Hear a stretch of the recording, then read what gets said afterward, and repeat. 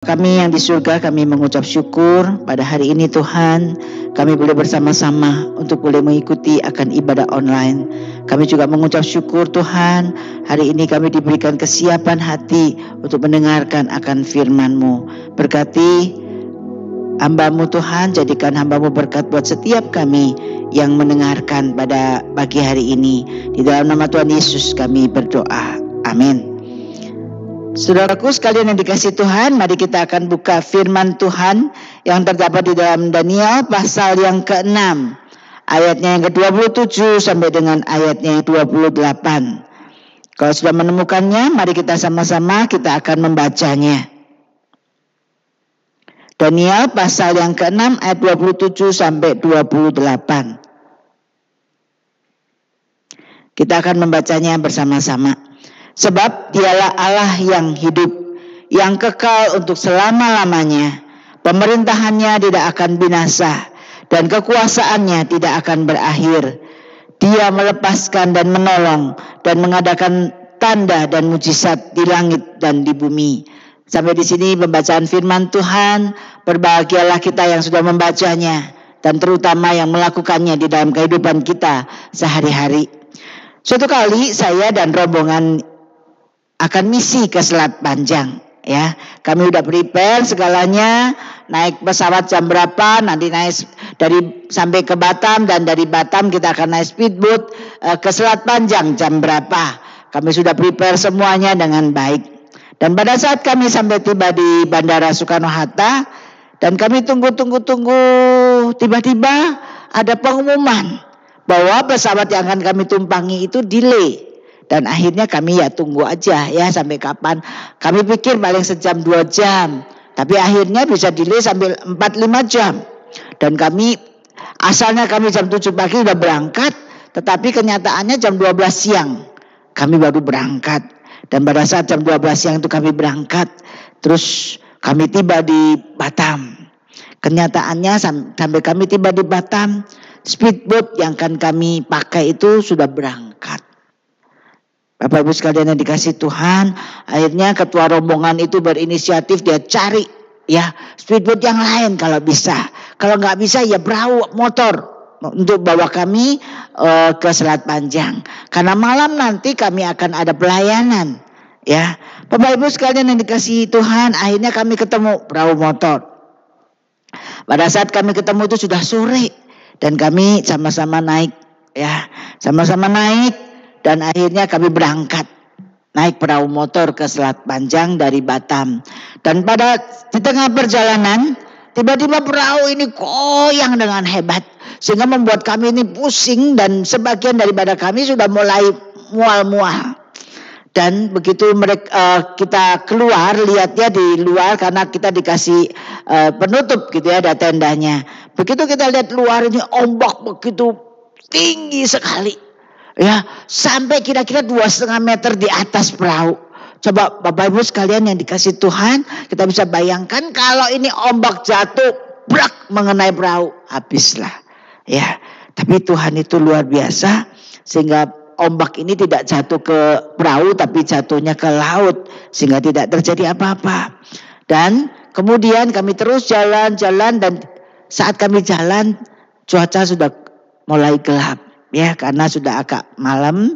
Dan kami bertanya sama si tukang, Pak, kenapa Bapak nggak nyalain lampu supaya jelas? Si Bapak ini mengatakan, perahu ini nggak punya lampu. Kaget juga ya kita ya. Begitu Bapak itu mengatakan nggak punya lampu, jadi gimana ini? Nah, tapi kami merasa yakin bahwa Bapak ini kan terus-menerus jalan, pasti dia tahu arah kemana itu Selat Panjang. Terus kami mengatakan, tapi Bapak udah tahu ya Pak ya, arah yang menuju Selat Panjang sebelah mana. Terus Bapak ini mengatakan, kalau gelap begini ya saya nggak kelihatan. Ini yang membuat kami gelisah sekali. Terus gimana ini? Ya, kita mau dibawa kemana ini? Dan pada saat itu cuma bisa ingat Tuhan. Kita sama-sama berdoa, mohon sama Tuhan. Supaya Tuhan yang memimpin menyertai. Gak berapa lama kami lihat ombak itu sudah mulai mengecil, tidak seperti tadi. Yang kedua, kita sudah kembali lagi, kita lihat di depan itu ada lampu kecil-kecil. Terus kita mengatakan kepada si bapak, Pak, Bapak ikutin aja itu lampu di depan. Ya siapa tahu itu Pak selat panjang. Dan bapak ini dengerin kita dan dia ikutin lampu di depan ya. Dia lampu terus kita ikutin. Betul Bapak Ibu sekalian yang dikasih Tuhan. Lampu yang kita lihat itu betul kota Selat Panjang. Dan akhirnya kami sampai dan kami siap-siap prepare untuk kami pelayanan. Bapak Ibu sekalian dikasih Tuhan, Bapak Ibu tahu pada saat kami pelayanan, tidak ada seorang pun yang mengatakan dia pusing kepala, mual, mau muntah atau dan lain sebagainya. Kami dengan tenang, kami menyelesaikan pelayanan dengan baik. Bapak Ibu, kenapa sih kita bisa tenang? Dan pada saat ini kita belajar daripada seorang Daniel. Dia juga belajar kenapa Daniel ini bisa tenang. Siapa sih Daniel ini? Kalau kita lihat di dalam pasal 1 daripada kitab Daniel, kita tahu bahwa Daniel ini adalah seorang bangsawan, anak daripada bangsawan. Dan Daniel ini adalah orang-orang pintar di Yerusalem. Dan pada saat itu ya, Yerusalem ini dikepung oleh Raja Nebukadnezar. Raja Nebukadnezar boleh mengalahkan Yehuda, sehingga Raja Yehuda pada saat itu Yoyakim dikalahkan dan Raja Nebukadnezar membawa semua barang-barang emas yang ada di bait suci, ditambah lagi beberapa orang pintar keturunan kaum bangsawan dibawa ke Babel, termasuk Daniel dan teman-temannya. Bapak Ibu sekalian yang dikasih Tuhan, kita bisa lihat dalam sekejap aja semua keadaan bisa berubah. Ini yang dialami oleh Daniel. Sekejap dia adalah anak bangsawan. Apa saja dia bisa lakukan. Di dalam sekejap dia menjadi tawanan. Apa saja dia tidak bisa lakukan. Saudaraku sekalian yang dikasih Tuhan.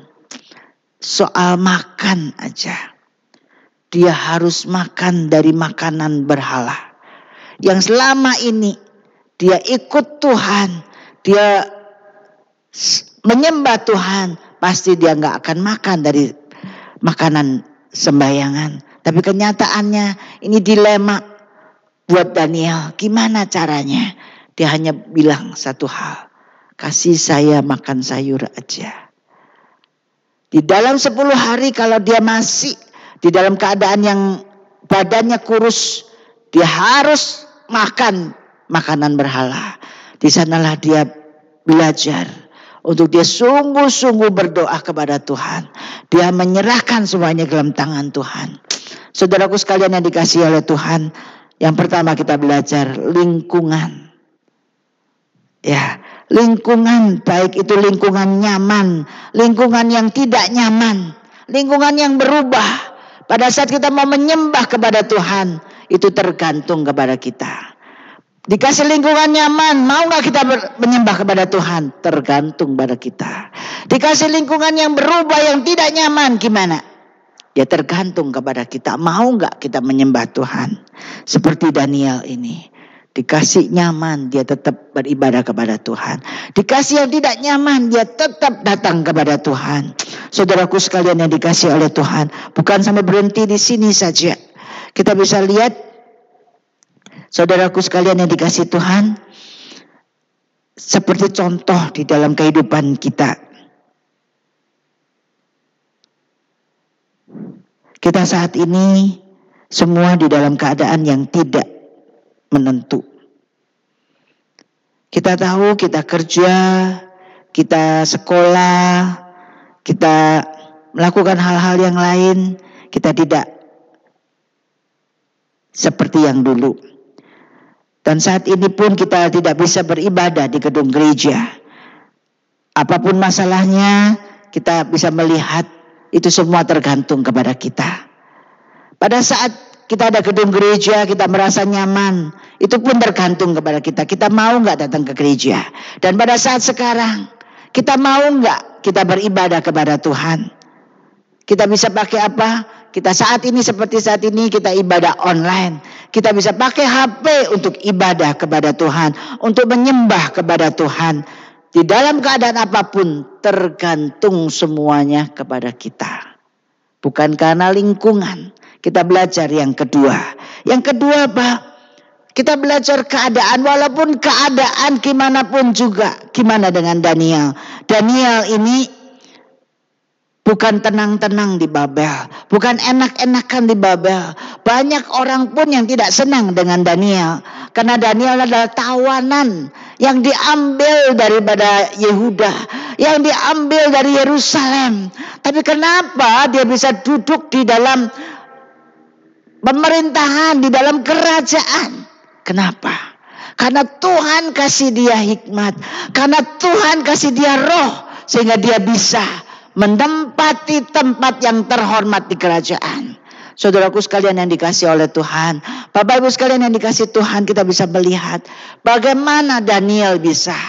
Karena Daniel selalu ingat kepada Tuhan. Dia selalu berdoa kepada Tuhan. Menyerahkan semua permasalahannya kepada Tuhan. Bapak Ibu, pada suatu kali ada sekelompok orang yang merasakan bahwa ini tidak adil. Dia seorang tawanan, kenapa dia bisa duduk di wakil dari kerajaan? Iri, mereka mengadakan permufakatan, gimana caranya? Mereka terus memata-matai Daniel. Apa yang dikerjakan Daniel? Gimana caranya kita bisa mengambil kelemahannya dan kita laporkan kepada raja? Betul Bapak Ibu sekalian yang dikasih Tuhan. Orang-orang yang iri ini, mereka membuntuti Daniel. Mereka membuntuti Daniel, akhirnya mereka menemukan kesalahan. Yaitu Daniel suka berdoa. Akhirnya mereka berembuk, gimana caranya? Nah, mereka menemukan satu hal. Kita lapor kepada raja bahwa kita harus mengatakan bahwa raja harus disembah. Mereka sampai kepada raja. Dan mereka mengatakan ide ini. Dan raja menyetujui bahwa semua rakyat harus menyembah kepada dia. Raja lupa bahwa Daniel itu menyembah kepada Allah. Akhirnya dilaksanakanlah ide ini. Daniel pun merasa, aduh gimana ini ya. Keadaan bisa berubah seperti ini. Gimana saya mau menyembah kepada Allah. Karena setiap hari Daniel selalu berdoa 3 kali. Gimana caranya? Tetap Daniel dengan komit. Dia tetap pulang ke rumah. Dia tetap berdoa kepada Tuhan. Saudaraku sekalian yang dikasih oleh Tuhan. Dan ini diambil sebagai kesempatan daripada orang-orang yang iri. Kalau zaman dulu ada HP kali. Sudah pakai HP di foto ya atau di video. Nah, tapi kenyataannya nggak ada HP, nggak ada video. Mereka tetap pakai saksi-saksi. Nah, mereka itu pinter ya, udah siapin saksi-saksi untuk menjadi saksi nanti pada saat bicara dengan raja. Dan mereka sampai di raja dan mereka mengatakan, raja, ada satu orang yang tidak menyembah kepada raja di dalam 30 hari ini. Raja kaget ya, raja juga mau marah sekali. Siapa dia? Mereka mengatakan Daniel.